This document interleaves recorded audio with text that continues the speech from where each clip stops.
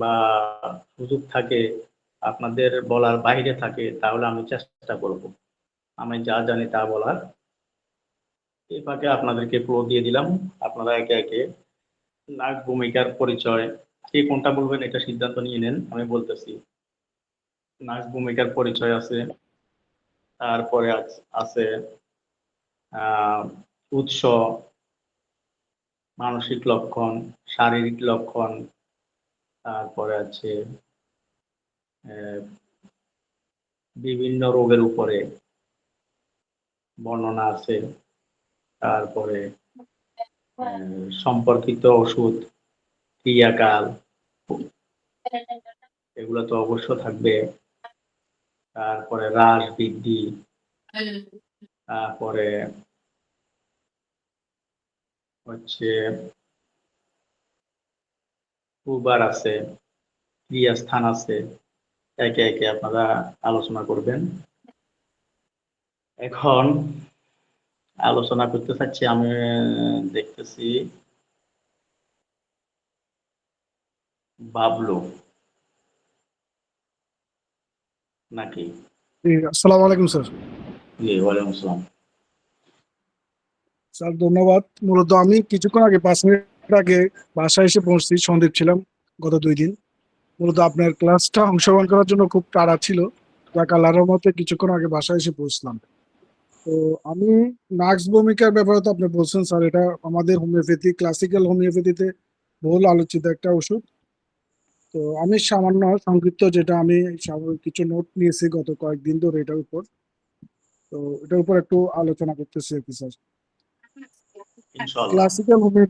Classical হোমিওপ্যাথিতে বহু বহুল ব্যবহৃত একটা ওষুধ হচ্ছে যে আপনার নাক্স ভূমিকা। এটা মূলত স্টেকনোস নাক্স ভূমিকা গাছের বীজ থেকে প্রস্তুত করা হয়। সাধারণত যেসব লক্ষণে বিবেচনা করা হয় অতিরিক্ত কাজের চাপ, মানসিক উত্তেজনা, খিটখিটে মেজাজ, তারপরে আসে বদহজম, গ্যাস, কোষ্ঠকাঠিন্য, অতিরিক্ত যারা চা কফি পান করেন বা মশলা জাতীয় খাবার খান, বা যারা অ্যালকোহলে আসক্ত, অথবা ঠান্ডার প্রতি অতি সংবেদনতা আছে, অল্পতে রাগ হবা, সহজে বিরক্ত হবা, ইত্যাদি বিষয়গুলো আছে স্যার। এর পাশাপাশি হচ্ছে যে এটার মায়াজম গুলো হচ্ছে যে স্যার, এখানে আমরা 3টা মায়াজম পাই, তার মধ্যে সোরা আছে, তারপরে আপনার সাইটিক আছে, তারপরে টিউবিকুলার আছে। নাক্স মূলত হচ্ছে স্যার প্রধানত সোরা, যেটা যদি আমরা নাক্স ভূমিকার মেন্টাল সিম্পথি এবং কি জেনারেল বিষয়গুলো দেখি, সেক্ষেত্রে ক্লাসিক্যাল বা বিষয়গুলোর মধ্যে ডাক্তার হেনিম্যান এই বিষয়টা সহজে উঠে নিয়ে আসছে নাক্স ভূমিকার যে লক্ষণগুলোর মধ্যে। তার মধ্যে অতি সংবেদনশীলতার মধ্যে যেমন শব্দ, আলো, গন্ধ সংস্পর্শে সহজে রাগান্বিত, খিটখিটে হয়ে যাওয়া, মানসিক চাপ ও অতিরিক্ত কর্ম ব্যস্ততা, হজমের গোলযোগ, কোষ্ঠকাঠিন্য, এই বিষয়গুলো স্যার কিছুক্ষণ আগে বলছি। তার মধ্যে বৈশিষ্ট্যগুলো আলোচনা করছি সহজে। আর এখানে আরেকটা বিষয় উল্লেখযোগ্য হচ্ছে যে স্যার, যে প্রধান যে মায়াজমটা স্যার, তার মধ্যে হচ্ছে যে সামান্য শব্দ বা আলো বা গন্ধ বা স্পর্শ অসহ্য লাগে, অধৈর্য, দ্রুত উত্তেজিত হওয়া এবং সহজে অপমানিত বোধ করা, অতিরিক্ত মানসিক পরিশ্রমের ফলে ক্লান্তি ও বিরক্তি, তারপর হচ্ছে যে অসম্পূর্ণ মলত্যাগের অনুভূতি, বিষয়গুলো থাকে, ঠান্ডা সহ্য করতে পারে না, উষ্ণতা পছন্দ করে, ইত্যাদি বিষয়গুলো থাকে স্যার। আর সাইটিকের মধ্যে হচ্ছে অতিরিক্ত খাওয়া, মদ্যপান, চা কফি, মশলাযুক্ত খাবার বা ওষুধের অপব্যবহারের পরও এটা বিষয়ে উপসর্গগুলো লক্ষণগুলো দেখা দেয়। তারপর দীর্ঘদিন যাবৎ বিভিন্ন ওষুধ ব্যবহারের ইতিহাস থাকলেও সেক্ষেত্রে নাক্স ভূমিকার বিষয়টা আসে। অতিরিক্ত কর্মব্যস্ততা ও বক্ষবন জীবনযাপনের বিষয়টাও নাক্স ভূমিকার লক্ষণগুলো ফুটে উঠে। তারপরে রোগী সবসময় চায় যে সবকিছু নিজের নিয়ন্ত্রণে রাখার প্রবণতা একটা লক্ষ্য করা যায়। আর সবসময় নিজেকে নিয়ে ব্যস্ত থাকতে চায়, অতিরিক্ত পরিশ্রমের পর দ্রুত ভেঙে পড়ে, পরিবর্তন ও নতুনত্বের প্রতি আকর্ষণ থাকে, ইত্যাদি বিষয়গুলো থাকে স্যার। আর একটা বিষয় হচ্ছে যে মেন্টাল যে সিম্প্যাথি গুলো আছে, অত্যন্ত খিটখিটে, রাগী এবং সহজে উত্তেজিত হয়ে যায়, সামান্য বিরোধিতা বা প্রতিবন্ধকতা সহ্য করতে পারে না, দ্রুত রেগে যায়, কিন্তু রাগ দ্রুত প্রকাশ করে। অনেক ক্ষেত্রে শব্দ, আলো বিষয়গুলো আগে উল্লেখ করছি স্যার। আরেকটা বিষয় হচ্ছে যে স্যার এখানে যে উল্লেখযোগ্য বিষয়গুলো, দীর্ঘ সময় অফিসের কাজ, মানসিক শ্রম, অনিয়মিত জীবনযাপন ইত্যাদির ক্ষেত্রেও আপনার নার্স ভূমিটা বিষয়টা আসে।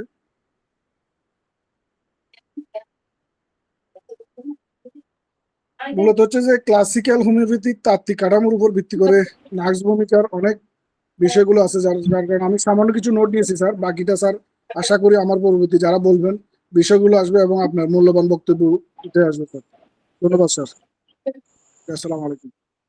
ধন্যবাদ জনাব বাবলু সাহেবকে। উনি অনেক দূর থেকে জার্নি করে এসে আবার ক্লাসে জয়েন হয়েছে, সবাইকে উৎসাহিত করার জন্য এবং নিজেও কিছু আহ, শিখার জন্য। এই জন্য অনেক অনেক ধন্যবাদ।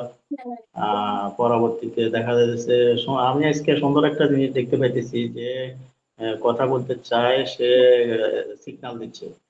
তো এটা সুন্দর একটা সিস্টেম, ভালো লাগলো। তো পরবর্তীতে পিন্টু কুমার সাহেব বলবে, দেখা যাচ্ছে উনি আহ, হাত তুলছে। ঠিক আছে, ওকে পিন্টু কুমার সাহেব, আপনার হ্যাঁ, বক্তব্যটা আপনি। আসসালামু আলাইকুম স্যার। স্যার, এই বাবলু ভাই তো অনেকগুলো টপিকস বললো। এখন কোন বিষয়ের উপর আমি আলোচনা করব যদি আপনি একটু বলে দেন। আপনি সব বিষয়ের উপর আলোচনা করতে পারেন, সমস্যা নেই। সিরিয়াল সিরিয়াল ওয়ারি সবগুলো বলতে পারেন, কোনো আচ্ছা, সমস্যা নেই। তাহলে আমি শুরু করি স্যার। স্যার, এটা উৎস কুচিলা বীজ, প্রয়োজন নাট, সূক্ষ্মরূপে চূর্ণ করিয়া ট্রাইট্রিশন কিংবা টিংচার প্রস্তুত হয়। এই ওষুধটির দ্বারা মানব শরীরের প্রায় 1/3 ব্যাধির আরোগ্য সম্পাদিত হয়। ডাক্তার বরিক বলেন, if you do not know what is to give, সেই ক্ষেত্রে গিভ নার্স ভূমিকা। ডক্টর ক্লার্ক বলেন, when all medicine disagree, nuts will often cure the morbid sensitivities and other troubles with it. এক কথায়, যখন কোনো ওষুধই উপযুক্ত মনে হয় না, তখন নাটস প্রায়ই বেশ উপকারে আসে। আর মায়াজম বাবলু ভাই বলছে এটা সোরা, সাইকোটিক, টিউবারকুলিন তিনটাকে কভার করে। ক্রিয়াস্থলটা এটা খুবই গুরুত্বপূর্ণ। এই ক্রিয়াস্থলটাই নেই, যেটার উপরে ক্রিয়া করে সারা দেহে বিভিন্ন উপসর্গ দেখা যায়, সেটা হচ্ছে স্নায়ুতন্ত্র। সেটা কিভাবে আমি একটু ব্যাখ্যা করি। স্নায়ুতন্ত্রের উত্তেজনা প্রশমনের মাধ্যমে সৃষ্ট রোগ লক্ষণের প্রতিকার সম্ভব। ব্যক্তিটি উত্তেজিত, অধৈর্য, দ্রুত প্রতিক্রিয়াশীল এবং অত্যন্ত খিটখিটে স্বভাবের হয়ে থাকে। এটি প্রায়ই অতিরিক্ত কাজের ফলে সৃষ্ট ক্লান্তিকর অবস্থায় ব্যবহৃত হয়, যেখানে স্নায়ুতন্ত্র সামান্যতম উদ্দীপনা ও সহ্য করতে পারে না।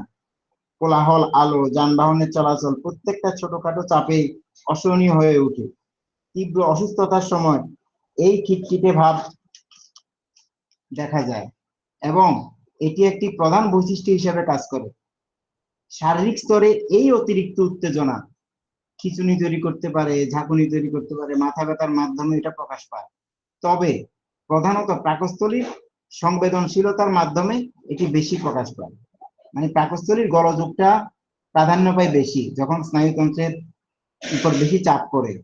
তাছাড়াও আরো অন্যান্য সমস্যাগুলো দেখা দেয়, খিঁচুনি, বিভিন্ন উত্তেজনা, ঝাঁকুনি এবং মাথা ব্যথা। মানসিক লক্ষণ যেটা রোগ রোগীর সার্বদৈহিক লক্ষণের ক্ষেত্রে মানসিক লক্ষণ যেটা, সেটা হলো এরা হয় ক্ষুদ্র স্বভাবের, খিটখিটে, অধৈর্য, ঝগড়াটে এবং অতি কথা যারা বলে, সেই ক্ষেত্রে ডাক্তার ধারণা করে নিতে পারেন তার মধ্যে নার্স ভূমিকার বিষয়টা থাকতে পারে। নিষ্ফল মনোপ্রকৃতি, সহজে অপমানিত হয়, সহিংস হয়ে উঠতে পারেন, সামান্য অপরাধে হঠাৎ হত্যার প্রবৃত্তি জাগে, সন্তানকে জ্বালা না দিয়ে বা আগুনে ফেলে দেওয়ার হঠাৎ প্রবৃত্তি জাগে, স্বামীকে হত্যা করার ইচ্ছেও জাগে। অনেকগুলো জায়গায় দেখা গেছে এটা পুরুষ রোগীদের ক্ষেত্রে খুব ভালো কাজ করে। উচ্চাকাঙ্ক্ষী, প্রতিযোগিতা প্রবণ এবং পরিশ্রমী, এরা ঈর্ষা এবং ঈর্ষাজনিত অসুস্থতায় ভুগে, খুঁতখুঁতে জিনিসপত্র নির্দিষ্ট জায়গায় রাখতে চায়,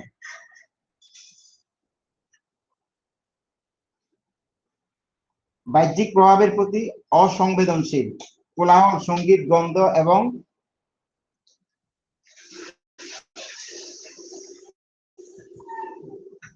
বাহ্যিক প্রভাবের প্রতি অসংবেদনশীল। কোলাহল, সঙ্গীত, গন্ধ এবং আলো। এরা যথেষ্ট স্বার্থপর, অলস। এরা নিজের দায়ে অন্যের উপর চাপাতে পছন্দ করে, সমালোচনা করে, কাজে অনীহা। চারিত্রিক লক্ষণগুলোর দিকে যদি আমরা একটু তাকাই তাহলে দেখবো অতিরিক্ত মানসিক পরিশ্রম এবং অতিরিক্ত ইন্দ্রিয় সেবা এবং অতিরিক্ত রাত্রি জাগরণ জনিত অসুস্থতা। রাত 3টা থেকে 4টার পর ঘুম ভেঙে যায়, যৌন আকাঙ্ক্ষা বৃদ্ধি পায় এবং আলোর ভীতি সকালে বেশি দেখা যায়। বারংবার মলত্যাগের ব্যর্থ প্রয়াস এবং মলত্যাগের পর উপশম বোধ, মুখে টক বা তিক্ত জল উঠে, গায়ে অত্যন্ত তাপ, গা যেন জ্বলিয়ে যায়, তবুও গায়ের কাপড় খুলিতেই শীতবোধ।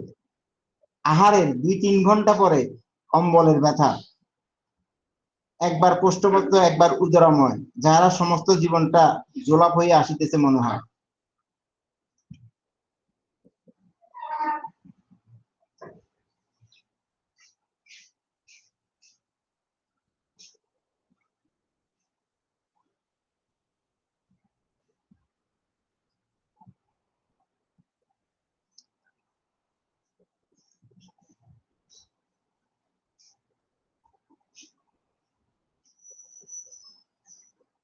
অম্বলের ব্যথা, একবার কোষ্ঠবদ্ধ একবার উদরাময়, যাহারা সমস্ত জীবনটা জোলাপ হইয়া আসিতেছে। প্রাতকালে, আহারের পর এবং ধূমপানে গা বমি বমি মনে করে, একটু বমি করিতে পারিলেই যেন তাহার শান্তি হয়। গলায় আঙ্গুল দিয়া বমি করিবার চেষ্টা। তল পেটে ব্যথা, বোধহয় যেন হার্নিয়া হইবে, হার্নিয়ার ব্যথা মনে হয়। পাকস্থলীর লক্ষণের সহিত শ্বাসকষ্ট অনেক সময় দেখা যায় এবং জ্বর বা বিভিন্ন লক্ষণ সকালে মানে 6টা থেকে 11টায় বৃদ্ধি পায়। অনেক সময় রোগীর পুনঃ পুনঃ প্রস্রাবের ইচ্ছা, কিন্তু প্রস্রাব একটু করিয়া তৎস জ্বালা সৃষ্টি হয়। রোগের বৃদ্ধি, মশলা বা অ্যালকোহল পানে, ওষুধের অপব্যবহার, বসে বসে খাওয়ার ফলে, কাপড়ের স্পর্শে, সামান্য কারণে রেগে যাওয়া, মানসিক পরিশ্রমে, ঠান্ডা বাতাসে, শুকনো জলবায়ুতে। উপশম, সন্ধ্যাবেলায় বিশ্রামে, শুয়ে থাকলে, স্যাঁতসেঁতে ভিজা আবহাওয়ায়, কাজের মধ্যে থাকলে, মাথা বেঁধে রাখলে, স্রাব নির্গত হলে, গরম পানি পানে, দুধ পানে। তুলনা, যদি নাক্সের সাথে আমরা লাইকোর তুলনা করি, নাক্সের রোগী অধৈর্য, বেশ সাহসী, বেশ আশাবাদী। আর লাইকোপোডিয়ামের রোগী অধৈর্য, লাজুক, অন্তর্মুখী, কম সাহসী হিসেবে হিসাব করে তারা পা ফেলে। অপরদিকে পালস, লাইকো, আর্টস এবং নাক্স ভূমিকা, এর সব রোগীরাই কিন্তু কৃপণ স্বভাবের। বিশেষ করে দুপুর বেলায় তারা বাজারে যায় মানে কম টাকায় পচা মাছ কিনতে। কিন্তু নাক্স এই কৃপণ স্বভাবের হলেও তারা অন্যের প্রতি উদার।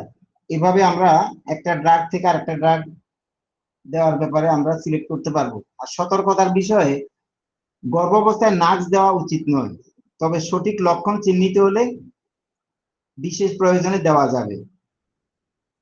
আর ব্যবহারের ক্ষেত্রে নাক্স রাত্রে ভরা পেটে খেলে ভালো উপকার হয়, কারণ যখন শরীর ও মন বিশ্রামরত থাকে তখন নাক্স ভালো কাজ করে। পছন্দ, ডিজায়ার, উত্তেজক পদার্থ, মশলা, চর্বি, বিয়ার, মাটি, খড়ি মাটি, কাদামাটি, চুন, কাঠ, কয়লা, অতিরিক্ত মশলাযুক্ত খাবার এই ধরনের রোগী পছন্দ করে। পরিপূরক হিসেবে সালফার, তারপর সেপিয়া, লাইকোপোডিয়াম, ফসফরাস। আর ইনিমিক্যাল মানে শত্রুভাব, জিঙ্ক এবং ইগনেশিয়ার সাথে এটা দেওয়া যাবে না। থ্যাংক ইউ স্যার, এতটুকুই। আর কিছু বলতে চাই, যেমন পাকস্থলীর দিকে যাই, এটা অলমশা, যেমন কি সকালেও খাওয়া শেষে বমি বমি ভাব থাকে, এটা ভারী বোধ থাকে, ব্যথা করে পেটে, ভারী কিছুক্ষণ পরে ব্যথাটা বাড়ে বা পেট ফাঁপা, একটা সমস্যা থাকে। আহ তারপরে দুর্দান্ত খিদে থাকে। তারপরে আপনার সে সাথে খাবারের কয়েক ঘন্টা পরে পাথরের মধ্যে চাপ বাঁধ বা ভারী বোধ মনে হয়। উত্তেজক বস্তু খাওয়ার খুব ইচ্ছা, যেমন চর্বি জাতীয়, মশলা জাতীয় তেল, চর্বিময় খাদ্য বস্তু খেতে খুব ভালোবাসে সে। ওগুলি বেশি সহ্যও হয়। আবার এর বিপরীতে পালসিটি লো, কড়া ধরনের কফি পানে বা অজীর্ণ রোগ হয়।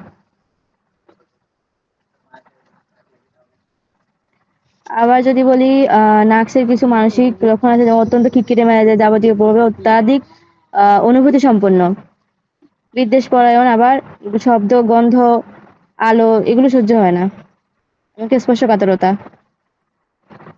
তার কাছে মনে হয় যে সময় ধীরে ধীরে যাচ্ছে। অন্যকে গাল দেয়া বা এইটি তার একটা স্বভাবের মধ্যে পড়ে।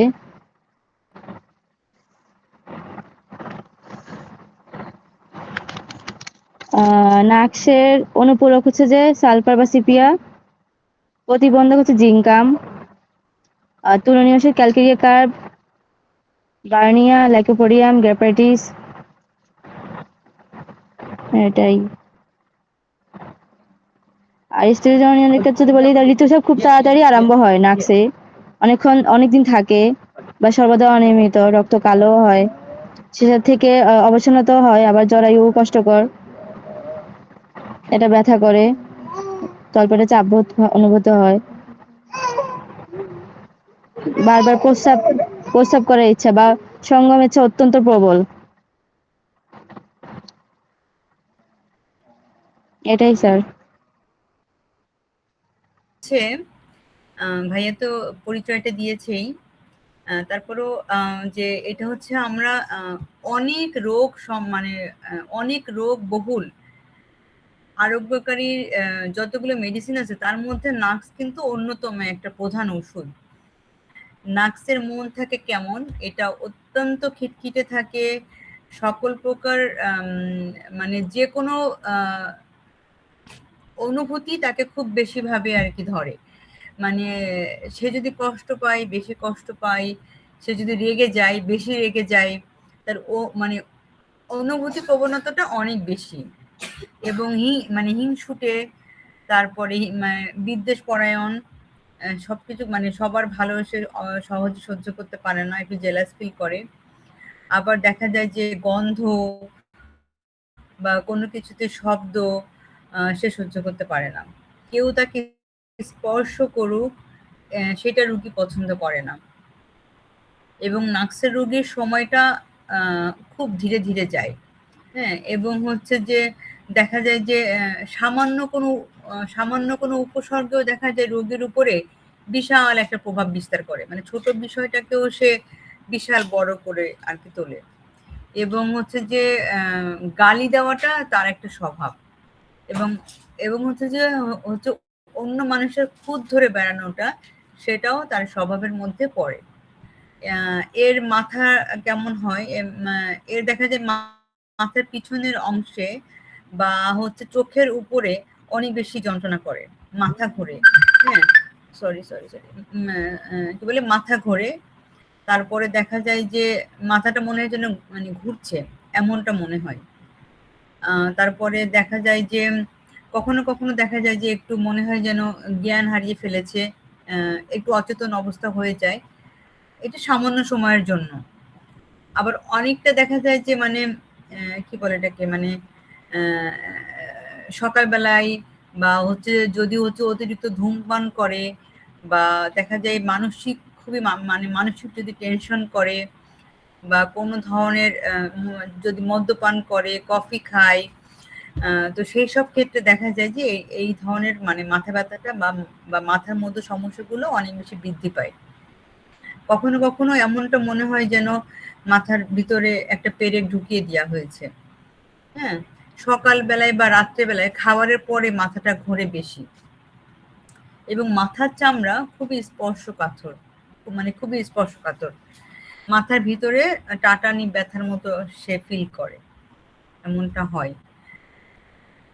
আচ্ছা, এদের চোখে কি হয়, চোখ হচ্ছে যে আলো সহ্য করতে পারে না, এবং সকালে সেটা খুব বেশি পরিমাণে হয়। চোখের ভিতরের দিকে মনে হয় যেন হুল ফোটার মতো একটা ব্যথা। হ্যাঁ, এবং দেখা যায় যে চোখ থেকে অনেক সময় পানি পড়ে।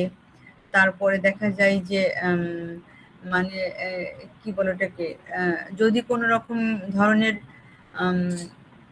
মানে চোখ দিয়ে পানি পড়ে বা যন্ত্রণা করে, এবং এই দেখা যায় যে মানে চোখের ভিতরে যন্ত্রণাটা অনেক সময় মাথা পর্যন্ত চলে যায়। এটা হচ্ছে অপটিক নার্ভের জন্য হয়। তো দেখা যায় যে চোখের যন্ত্রণাটা মাথার ভিতরে চলে যায়। আচ্ছা, আর কানের ক্ষেত্রে যেটা হয় যে আমাদের যে কর্ণনালীর ভিতর দিয়ে কানে চুলকানি হয়, মানে মানে মনে হয় যেন কানটা শুকিয়ে যাচ্ছে, মানে এমন ফিল করে আর কি, যে কানটা শুষ্ক হয়ে গেছে, শুকিয়ে যাচ্ছে, তখন আসলে কানে একটা চুলকানি মানে মনে হয়। এবং দেখা যায় যে কি বলে এটাকে, এদের নাকে কি হয়, নাকটা আর কি প্রায় দেখা যায় যে বন্ধ থাকে, বিশেষ করে রাত্রেবেলায়। এবং যদি কোনো ঠান্ডা আবহাওয়া থাকে, তখন দেখা যায় যে ঠান্ডা লাগার পরে সর্দি এবং নাক বন্ধ হয়ে যায়। এবং গরম ঘরে কিন্তু অত্যন্ত বৃদ্ধি পায়, এমনটা দেখা গেছে। হ্যাঁ, আবার দেখা যায় যে এরা বেশি গন্ধ সহ্য করতে পারে না, মানে সুগন্ধ যদি নাকে যায়, এরা খুবই মানে দুর্বল হয়ে যায়। এমনটা আমি দেখেছি আর কি, বাস্তবেই আর কি। তারপরে দেখা যায় যে যদি মানে রাত্রেবেলায় এবং ঘরের বাইরে গেলে যদি একটু বাতাস লাগে, তখন কিন্তু নাকটা বন্ধ হয়ে যায়। হুম। এবং কি বলে এটাকে, যখন একটা নাক বন্ধ হয়, তখন দেখা যায় যে আবার হচ্ছে মানে বিপরীত হচ্ছে, নাকটাও বন্ধ হয়ে যায়, মানে হচ্ছে একটা পরে একটা। আচ্ছা, এদের মুখে দেখা যায় যে কি বলে, মুখ গহ্বর, মানে হচ্ছে এদের চোয়ালগুলি একটু চাপা ধরনের হয়। তারপরে জিহ্বার প্রথম যে হচ্ছে অর্ধভাগ, জিহ্বার প্রথম যে অর্ধভাগ থাকে, সেটা পরিষ্কার থাকে। এবং ভিতরেরটা দেখা যায় যে একটু কেমন যেন একটু কি করে মানে বোঝাবো, একটু আশ্বাস টাইপের মনে হয় আর কি। এবং জিহ্বার কিনারাটা সাদা থাকে। হ্যাঁ, আর যে ফাটাটা থাকে, এটা অনেকটা হচ্ছে হলুদ কালারের, এমনটা মনে হয়। হুম। আহ, দাঁতে হচ্ছে দাঁতে অনেক ব্যথা হয়, এবং যে ব্যথাগুলো আর কি ঠান্ডা খেলে অনেক ব্যথাটা বৃদ্ধি পায়। মাড়ি, কখনো কখনো মাড়ি থেকে কিন্তু রক্তপাতও হয়। আচ্ছা, এদের গলার ভিতরে থাকে হচ্ছে যে মানে খসখস থাকে, কখনো মনে হয় যেন মানে একটু খকখক থাকে আর কি, গলাটা আর কি ক্লিয়ার থাকে না। বিশেষ করে সকালবেলায় ঘুম থেকে ওঠার পরে গলার ভিতরে সুরসুর করে, এবং মনে হয় যেন মানে খসখসে ভাব থাকে একটা। হ্যাঁ, গলা মনে হয় যেন ছোট হয়ে যায়, এমন টাইপের হয় আর কি। একটু হালকা যদি গরম পানি খাই, তখন আবার এটা ঠিক হয়ে যায়। আহ এই নাগভূমিকার পাকস্থলীতে কেমন হয়, একটা টক খাবার খাওয়ার পরে আর কি একটু টক টক ঢেকুর ওঠে, বা সকালের দিকেও কখনো কখনো বমি বমি একটা ভাব আসে, বা খাবারের পরে একটা বমি বমি ভাব আসে। আর পেট মনে হয় যেন ভারী হয়ে যাচ্ছে। খাবার খাওয়ার একটু সময় পরে মনে হয় যেন পেটটা ভারী হয়ে যাচ্ছে, পেটটা ফাঁপা। এবং তখন মানে মুখ থেকে কখনো কখনো যে আমরা থুতু ফেলি বারবার, এমনটা হয়। এবং কখনো কখনো দেখা যায় যে অনেক যে ঢেকুর ওঠে, এটা অনেকটা হচ্ছে তিতা হয়, এমনটা হয়। হুম। তারপরে দেখা যায় যে দুর্দান্ত ক্ষুধা থাকে, খুব বেশি পরিমাণে ক্ষুধা থাকে। আবার দেখা যায় যে আম, কি বলে এটাকে, মানে এই যে পেটের উপরের যে অংশটা, আহ, এটা মনে হয় যেন পাথরের মতো আর কি চাপ দিয়ে যাচ্ছে। মানে কি বলে, সেরকম একটা ফিল হয়। হুম। তারপরে দেখা যায় যে মলটা কেমন হয়, মল হচ্ছে অনেক খুবই কোষ্ঠকাঠিন্য থাকে, বারবার মনে হয় যেন মানে বাথরুমটা ক্লিয়ার হয় না, বারবার মনে হয় যেন আবার একটু গেলে ভালো হতো, আবার একটু গেলে ভালো হতো, মানে হচ্ছে যে এমন একটা ফিল হয় আর কি। হুম। তারপরে দেখা যায় যে প্রস্রাবের থলিটা মানে প্রস্রাবটাও ঠিক মতো হয় না। বারবার প্রস্রাবের একটা বেগ হয়। তো দেখা যায় যে কি বলে এটাকে, এবং এটা ব্যথাও হয়, মানে কখনো কখনো প্রস্রাব করার সময় দেখা যায় যে প্রস্রাব নালীতে অনেক চুলকায়, এবং মানে প্রস্রাব যে থলিটা আছে, এখানে অনেকটা ব্যথাও ফিল হয় আর কি। আবার মানে মানে পুরুষদের ক্ষেত্রে দেখা যায় যে খুব সহজেই যৌন ইচ্ছা জাগে। আবার কখনো থাকে, এটা আমি বলবো না, এটা স্যার বলবে, এটা বলবো না। আচ্ছা, যাই হোক, মানে মানে পিঠে দেখা যায় যে এদের পিঠে কোমরে খুবই বেশি ব্যথা হয়। শির দ্বারা, মানে শির দ্বারা ভিতরে অনেক জ্বালা পোড়া করে, এবং যেটা দেখা যায় যে বিকাল ৩টা থেকে ৪টার মধ্যে অনেক বৃদ্ধি পায়। এমনটা হয়। আর হচ্ছে যে মানে দেখা যায় যে ভোরবেলা ৩টার পরে সে কিছুতে ঘুমাতে পারে না। যত সময় না সকাল হয় আরকি। এবং ঘুমটা ভাঙার পরে তার কষ্টটা অনেক বেশি বেড়ে যায়। সে খুবই কষ্ট ফিল করে। হ্যাঁ, এমনটা হয়। আর নাক্সের ক্ষেত্রে আমি আসলে যারা বেশি হচ্ছে যে উম মানে অত্যন্ত খিটখিটে, এবং আমি যে ওষুধ দিয়েছি আমি 100% রেজাল্ট পেয়েছি, যে অত্যন্ত রাগী এবং দেখা যায় যে অত্যন্ত ধূমপায়ী। তো তাদের ক্ষেত্রে আমি নাক্স ব্যবহার করেছি এবং আমি খুবই, খুবই ভালো রেজাল্ট পেয়েছি। হ্যাঁ, তো ধন্যবাদ সবাইকে। আমার অনেক ভুল হতে পারে, ক্ষমা দৃষ্টিতে দেখবেন। রাজিয়া ম্যাম আবার শেষে আমার জন্য রেখে গেছে। এছাড়া আর কোনো জিনিস থাকলেও অবশ্য সেটা হচ্ছে পুরুষের যৌন চাহিদার উপরে নাচ ভূমিকার লক্ষণটা আমার জন্য রেখে গেছে। ও লজ্জা পাইছে, এই জন্য বলতে পারেনি। যাই হোক, এই জগতে আসলে লজ্জা বলতে কোনো শব্দ নেই। আমরা যে জগতে আছি এই জগতে লজ্জা গুছিয়ে আমরা রুগী দেখতে হবে, লজ্জা গুছিয়ে আমরা রুগীকে চিকিৎসা দিতে হবে। আচ্ছা, যাই হোক, আর এই বিষয়টার উপরে আমি কথা বলে শেষ করে এরপরে আমি আপনাদেরকে একটা নতুন রোগীর অভিজ্ঞতা সম্পর্কে, তো নার্সের সম্পর্কে আর কারো কিছু বলার আছে কিনা, যদি থাকে এমন একটা আপনি সাহেব কিছু বলবেন মনে হয়, বলেন।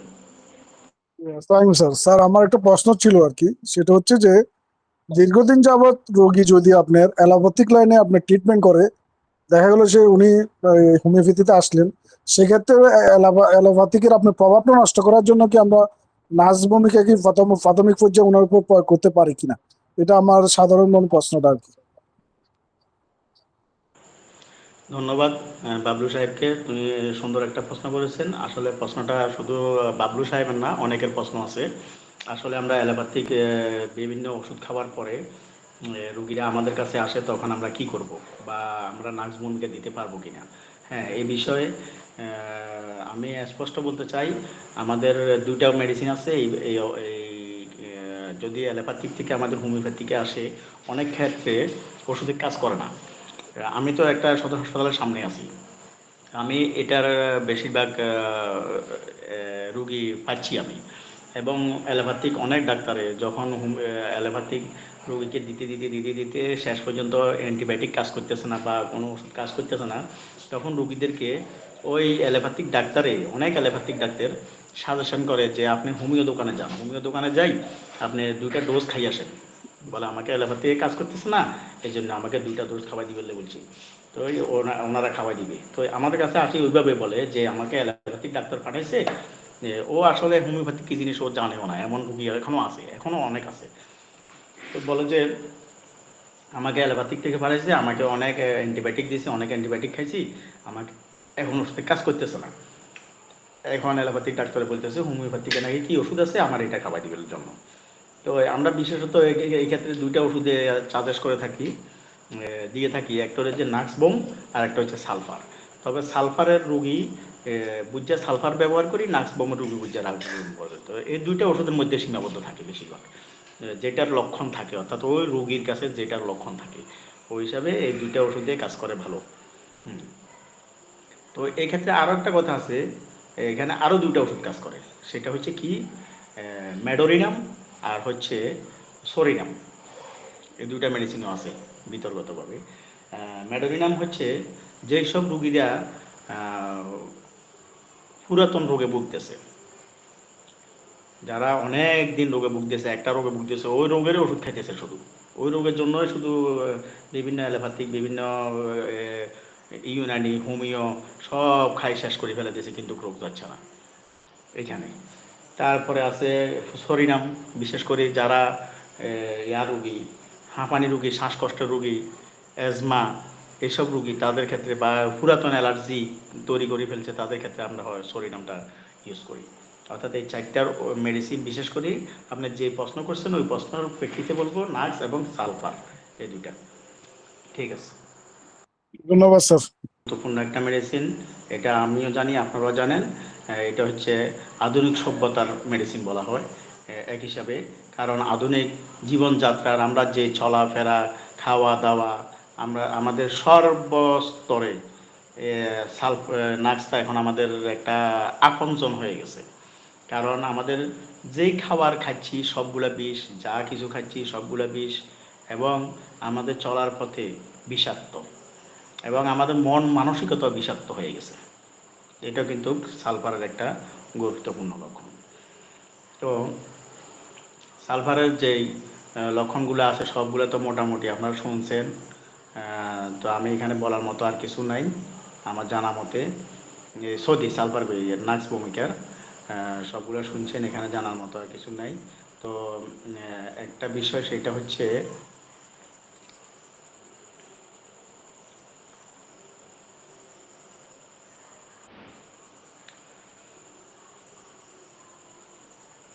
কোষ্ঠকাঠিন্য সম্পর্কে। এর অন্যতম নাক্স একটা গুরুত্বপূর্ণ মেডিসিন কোষ্ঠকাঠিন্য সম্পর্কে। সেটা হচ্ছে কি, পায়খানা বারবার ব্যাগ আসে কিন্তু পরিষ্কার পায়খানা হয় না। এটা হচ্ছে গুরুত্বপূর্ণ একটা সিমটম। আর আরেকটা সিমটম হচ্ছে, ছোট হোক বড় হোক, বাচ্চারা মুখে হাত দিয়ে, গলায় হাত দিয়ে বমি করতে চায়। অনেক বাচ্চা বিভিন্ন রোগে দেখবেন মুখে হাত দিয়ে অক অক করতে চায়, বমি করতে চায়। তখন আপনি নিশ্চিন্তে নির্দ্বিধায় রোগ যেটাই হোক আপনি নাক্স এখানে ইউজ করতে পারবেন। যেমন বড়রা বলবে, বড়রা অনেকে মুখে হাত দিবে, মুখে হাত ঢুকে দিবে, বলবে আমার গলার মধ্যে কাশি আটকে গেছে, আমার গলার মধ্যে কিছু একটা আছে, এটা বাইরে গেলে আমি শান্তি পাবো, এটা বাইরে গেলে আমি সব মুক্তি পাবো, এই জন্য আমি গলায় হাত দিয়ে বমি করার চেষ্টা করি, বমি করলে আমি ভালো হয়ে যাব। তখন আপনি নাক্স একেবারে নির্দ্বিধায় নিশ্চিন্তে আপনি নাক্সটা ব্যবহার করতে পারেন। এখানে অন্য কোনো কিছু চিন্তা করার কোনো অপশন নাই, এক কথায় শেষ। এটা একক লক্ষণ এবং খুব হার্ড লক্ষণ, এটা হার্ড লক্ষণ। তারপরে মাথা ব্যথার ক্ষেত্রে সকালে ঘুম থেকে ওঠার পর মাথা ব্যথা সৃষ্টি হওয়া, মানসিক চাপের পর মাথা ব্যথা সৃষ্টি হওয়া, অতিরিক্ত খাওয়ার পর মাথা ব্যথা সৃষ্টি হওয়া। অনেকে খাইতে বইলে আর খায় না, খালি খাইতে থাকে, খাইতে খাইতে শেষ পর্যন্ত খানা মাথার উপর পর্যন্ত উঠে এবার মাথা ব্যথা সৃষ্টি হয়ে যায়। আচ্ছা, মূত্রযন্ত্রের যে সমস্যাটা, ঘন ঘন প্রস্রাবের ব্যাগ হওয়া কিন্তু প্রস্রাব ক্লিয়ার হয় না, প্রস্রাব পর অস্বস্তি লাগা, তারপরে মূত্রযন্ত্রের উত্তেজনা বেশি হওয়া, তারপরে হচ্ছে যেটা আমরা বৃদ্ধি হয় রোগটা, সেটা হচ্ছে ভোরবেলা এবং সকালবেলা বেশি বৃদ্ধি হয়। সকালবেলা অনেকে মুখ ধোয়ার সময় বমির ভাব হয়, বমি করতে চায়।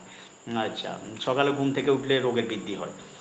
অতিরিক্ত খাবার পরে রোগের বৃদ্ধি হয়, মশলা, চা, কফি, তামাক ও মদ গ্রহণের পর রোগ সৃষ্টি হওয়া বা রোগ বৃদ্ধি হওয়া, ঠান্ডা বাতাসে, মানসিক উত্তেজনায়, রাত জাগার পর। তারপর হচ্ছে হ্রাসটা হয় কখন? বিশ্রামে, যদি ঘুমায় তার হ্রাসটা হয় উষ্ণতায়, গরম কাপড়ে, গরম ছেঁকে, অল্প ঘুমের পর।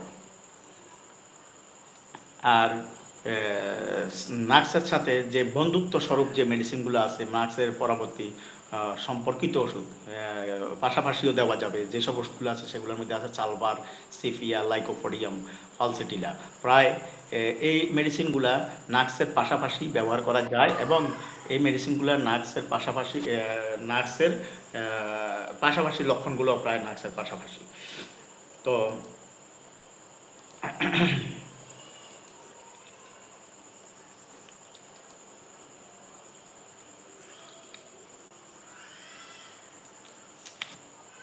বলছিল রাজিয়া ম্যাম। আচ্ছা,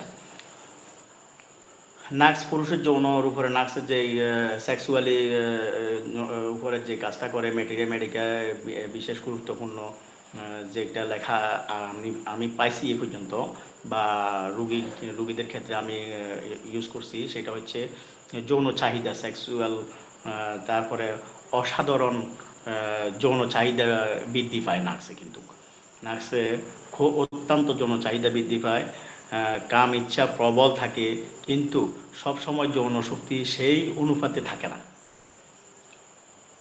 অতিরিক্ত যৌন চিন্তা বা যৌন উত্তেজনা থাকতে পারে। যৌন দুর্বলতার ক্ষেত্রে এবারে নাক্সের শুধু যৌন চাহিদা আছে, এটা শেষ না, যৌন দুর্বলতাও থাকে। অতিরিক্ত সহবাস, হস্তমথন বা যৌন অপব্যবহারের পর দুর্বলতা হয়ে যায়, কাম ইচ্ছা আছে কিন্তু উত্থান হয় না। তো আমরা এই বেলা কি করি, কাম ইচ্ছা আছে উত্থান হয় না, এই বেলা আমরা কিন্তু সবচেয়ে বেশি স্মরণ করি কাকে, লাইকোপোডিয়ামকে। তবে হ্যাঁ, লাইকোপোডিয়ামেও আছে একই কথা, আবার অ্যাগনাস কাস্টেও আছে একই কথা। আবার আর্জন ল্যাকটিকামে আছে দ্রুত উত্তেজনা হয় কিন্তু দ্রুত আবার দুর্বল হয়ে যায়। তো কিন্তু লাইকোপোডিয়ামের সবচেয়ে গুরুত্বপূর্ণ লক্ষণ হচ্ছে 4টার পরে ফ্যাট ফাঁপে যায় এবং কিছু খাবার সাথে সাথে ফ্যাট ফাঁপে যায়, পায়খানা ক্লিয়ার হবে না, লাস্ট পায়খানা হবে। কিন্তু নাক্সের ক্ষেত্রে হচ্ছে তার উল্টোটা, একটু ডিফারেন্স আছে। সহবাসের পর অতিরিক্ত ক্লান্তি ও বিরক্তি বোধ করে। আচ্ছা, চরিত্রগত লক্ষণ যেটা দেখা যায় নাক্সের ক্ষেত্রে, সহজে যৌন উত্তেজিত হয়, কাম ইচ্ছা প্রবল থাকে কিন্তু স্নায়বিক দুর্বলতার কারণে কর্মক্ষমতা কমে যায়, যৌন বিষয় অতি সংবেদনশীল হয়ে থাকে, মানসিক চাপ, অতিরিক্ত কাজ, রাত জাগা, মদ, চা, কফি ইত্যাদি খাওয়ার পর যৌন সমস্যা দেখা দেয়।